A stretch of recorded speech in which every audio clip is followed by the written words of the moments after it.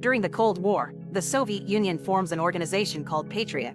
They chose representatives of the different nationalities of the Union and experimented on them to create a team of superheroes that would defend the motherland against any threat, even supernatural ones.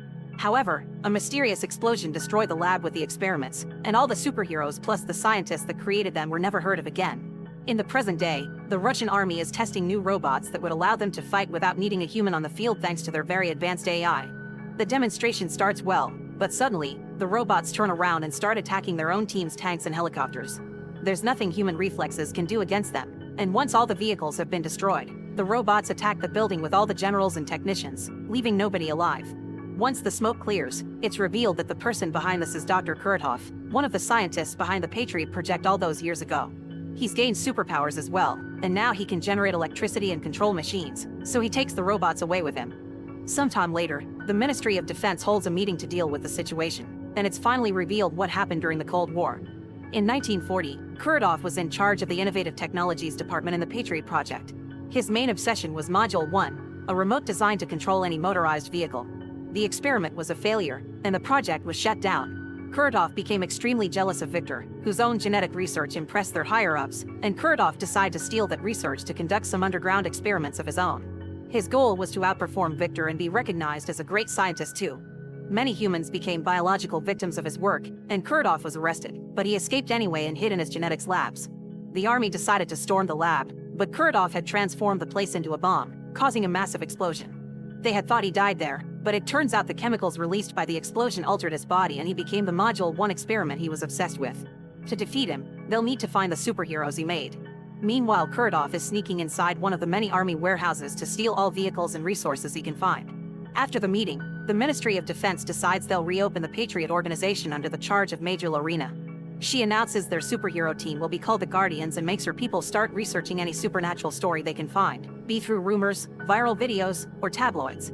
Once they have enough information, they begin traveling all over the place to find these superheroes, the first stop being in Armenia.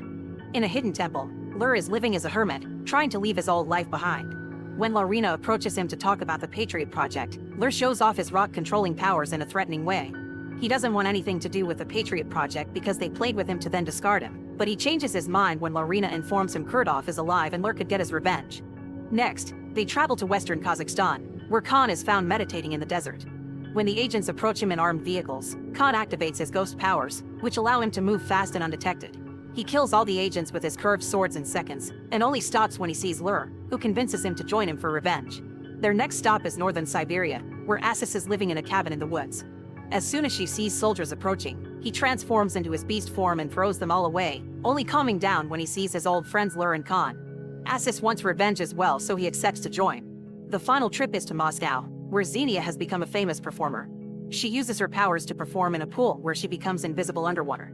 One evening after a show, she finds Khan in her dressing room and immediately attacks him, showing off her fighting skills. Khan uses his ghost powers to get out of the fight and urges Xenia to remember her old friends, but Xenia refuses to listen. Lur shows up as well and Xenia immediately attacks him too, starting yet another pointless fight that Lur wins because he was the one that taught Xenia her moves. Assis cuts in and explains to her that they're all loners with superpowers who haven't aged in 40 years, just like her. So even if she doesn't remember them, she could join their cause to find out who did this to her. In the meantime, Kuratov finishes creating his very own clone army to carry on his plan. The Guardians return to the Patriot headquarters, where Xenia explains what happened to her. Her first real memory is from 1978, when doctors found her near Sevastopol. Nobody could identify her, and she only knows her name thanks to an engraved ring she had with her. Doctors said her memories would come back with time, but so far it hasn't happened. When Xenia noticed she didn't age, she knew other people would notice too, so she decided to travel around. Her powers include invisibility in water, thermo-resistant skin, and controlling her body's temperature in all conditions. At that moment, Lorena's team announces they found Kuratov in a junkyard that he's using as his command center, so they must use the element of surprise quickly before Kuratov sees them. When they arrive there, Xenia is happy to see it's raining because she'll be able to become invisible, but they also discover someone has jammed their signal and they can't communicate with headquarters. The team splits to attack from different spots, and Xenia walks in without a care. Unfortunately, the guards have special goggles that allow them to see Xenia's body temperature and they immediately use special weapons to freeze her on the spot. Assis and Khan use their powers to kill as many guys as possible. However, the guards are expecting this as well. When Khan stops moving, he's hit by a paralyzing dart, and Assis is captured by an unbreakable net. Inside the building, Lur uses a special trick to create a mini earthquake before covering his whole body with rocks. After he's done with the guards around him, Kuratov himself shows up, so Lur begins attacking him. His rocks are merely tickles for Kuratov, who immediately overpowers Lur and breaks his back. Moments later, Kuratov has Lur, Khan, and Assis inside a force field cell and explains he had been expecting them, so he armed his soldiers with the corresponding weapons. As the creator of their powers, Kuratov always knew their weaknesses. He asks the Guardians to join him and gives them 24 hours to think about it, ignoring their claims that death would be preferable to working with him. Assis has a knife that he tries to use, but the force field stops him from moving. Afterward, Kuratov gathers the tanks he stole to start his invasion. Soon the whole city becomes a war zone and the news reports chaos everywhere. They also talk about a stolen space transmitter and the army being completely useless against these attacks. It turns out Kuratov actually made a deal with a spy in the army that got him access to the warehouses and the soldiers that protected his base, and now he intends to use the space transmitter to start his Module 2 project. The plan is to connect the transmitter to the Ostankino Tower and the Federation Tower and send a signal to the Russian satellite, which in return will allow him to control every other satellite and therefore all technology on Earth. When Kuratov begins taking away the towers, his army spy complains because he had been promised things wouldn't get out of control, but Kuratov just kills him. Meanwhile, Lorena rescues Lur and takes him back to headquarters. While he recovers, Lur tells Laren that when he passed out he had a vision of his daughter that reminded him of all the good time he had with her and his grandchildren. Lur never aged, but his kids did, and while his grandchildren left to travel the world, his daughter grew old and Lur had to watch her die. Sometime later, Lorena receives a visit from Victor, Kuratov's old lab partner. Everyone thought he was dead, so Victor explains he's been hiding away all these years and only came out because he saw Kuratov on the news and he knew they would need his help to stop him. Victor immediately begins working on healing Lur and gives Lorena the location of Kuratov's secret lab to rescue the others. The team quickly sneaks inside the lab, kills all the guards, and frees the Guardians by simply shooting the keypad that kept the force field up. Khan feels so humiliated though that he just leaves the team. While Kuratov continues to move the towers around the city, Lorena has a chat with Assis back in headquarters. Assis confesses he's worried about Xenia, who he has been watching over for a long time. After their initial escape during the war, Assis saw Xenia again 8 years ago, but he realized she didn't remember anything and decided to keep his distance.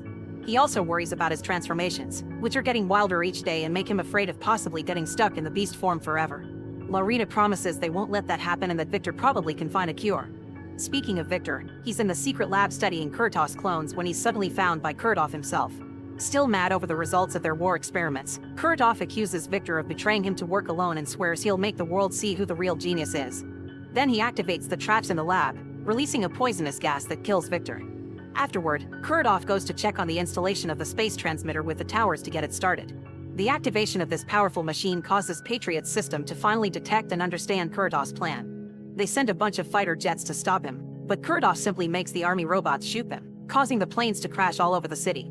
This is watched by Khan from the top of a building, and Lorena approaches him to see what's wrong. Khan confesses he used to have a brother he idolized because of how good he was as a fighter, but with time, Khan realized he became nothing but his brother's shadow and nobody believed in him. He accepted to be Kuratov's guinea pig to become stronger, and when he gained his powers, he challenged his brother to a fight. However, Khan lost control and killed his brother without meaning to. Lorena offers her sympathies, but also reminds him the city needs him. Once all the Guardians are back together and well, Lorena announces they've made new suits and weapons for them that fit their powers. Assis gets a cannon with a targeting system that connects directly to his nervous system and picks targets based on where his aggression is focused. When he starts to transform into full beast mode, the cannon then switches to fully automatic. Khan's new suit protects him from all kinds of physical damage, including bullets, blades, and tranquilizer darts. On the spinal area they install the harpoon and reinforced rope. For Lur, they made a suit that gives him access to rocks all the time, and a special whip that transforms his telekinetic ability to control rocks into electromagnetic impulses. Lastly, Xenia gets a suit that allows her to become invisible whenever she chooses, and she can make any object invisible with her by just touching it. The team begins training with their new weapons, and although there are some mishaps at first, with enough practice they gain full control and are ready to rumble. Kuratov is currently charging the towers to send the signal with a beam, so Patriot has an hour to do something. The team makes a plan to dismantle the tower's force field, after which they must escape as quickly as possible because the whole Moscow city complex will be destroyed by rocket launchers. Lur sneaks into Kuratov's work area by using the subway tunnels, where he easily beats up all the guards with his new whip. Assis and Xenia take on the guards on the streets, a fight that starts easy for them until more guards arrive. Xenia has to hide, but Assis allows his body to go full beast mode and finishes the fight without issues. Then Xenia rides Assis to meet with Lur at the mall, where Assis' size causes some trouble in the elevator. Khan approaches the tower by plane, and this time Pilot is ready to dodge the attacks coming from the army AIs. However, he's having difficulty getting the plane close enough to jump. Asis, Lur, and Xenia reach the mall roof and begin crossing one of the many iron bars that are holding Kurtov's tower up to access it. Guards open fire on them from a parallel bar, making Asis slip. Lur activates his whip to make a shield, but he doesn't know for how long he'll be able to keep it up. Khan wants to help and decides to jump anyway, making up for the long distance by connecting a grapple line to the tower, which allows him to reach the bar with the guards and slice it to make the men fall. Meanwhile, at Kurtov's lab, Lorena finds Victor, who still has a few minutes of life left. He tells Lorena that he discovered the Guardians possess the ability to transfer their power to one another, and this merging increases their strength. That's why Kurtov had disabled Lur, since he was afraid those powers could split Earth in half. This transference of energy is difficult to control, so they have to avoid making any wrong moves or it'll kill them. The Guardians enter the tower, and after knocking out a few guards, they find the generator. The guys discuss options to disable it, but Xenia just goes for it and grabs it to short-circuit it with her body heat. It hurts her terribly, but it also manages to shut down the force field around the top of the tower, and Asis catches Xenia right before she falls. With the field down, the army wants to start bombing, but Lorena asks them to wait so that the Guardians can get their revenge. The Guardians go to the top of the tower to fight Kurtov, but things don't go well. With his power, he easily disables Asis' cannon and Lur's whip, and his strength takes care of Khan. Xenia dodges him just in time and touches Lur to make him invisible. This way he can use his whip again. Kurtov gets captured by the whip and Khan tries to kill him with his blades, but Kurtov is too strong and simply frees himself with a shockwave, pushing everyone back. Next, Kurtov goes after Xenia, causing Asis to leave his cannon behind and enter full beast mode without caring about the consequences. Unfortunately, Kurtov is still strong enough to knock him out with one hit. The army announces they can't wait anymore and sends their vehicles to blow up the area. As soon as Khan sees a plane flying by, he connects his grapple line to it. Then he connects all the Guardians to the line so they can be taken away. Kurtov notices this and uses his powers to make the plane lose control, prompting Khan to cut the line and release all the Guardians in the river before the plane crashes. At that moment, the army finally launches its missiles, but Kurtov laughs and makes them explode in the sky before they can even reach him. As Kurtov finally begins making contact with the satellite, Lorena meets with the Guardians by the river and tells them what she learned from Victor. The Guardians decide to take the risk and concentrate all their power on Lur, who charges a blast of energy that he shoots at the tower, instantly destroying it and all the buildings that surround it.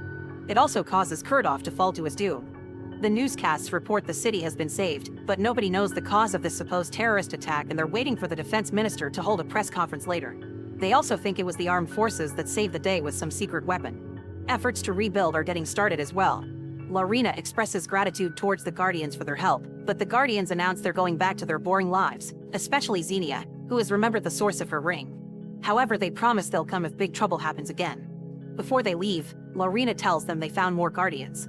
Sometime later in the middle of the night, two men stop a van from which Lorena comes out. She quickly fights them, and once they're under her threat, she makes them confess they were sent by someone named Theron. Hearing this name leaves Lorena worried. Make sure to subscribe and turn on notifications so you can watch more videos like this. Thanks for watching.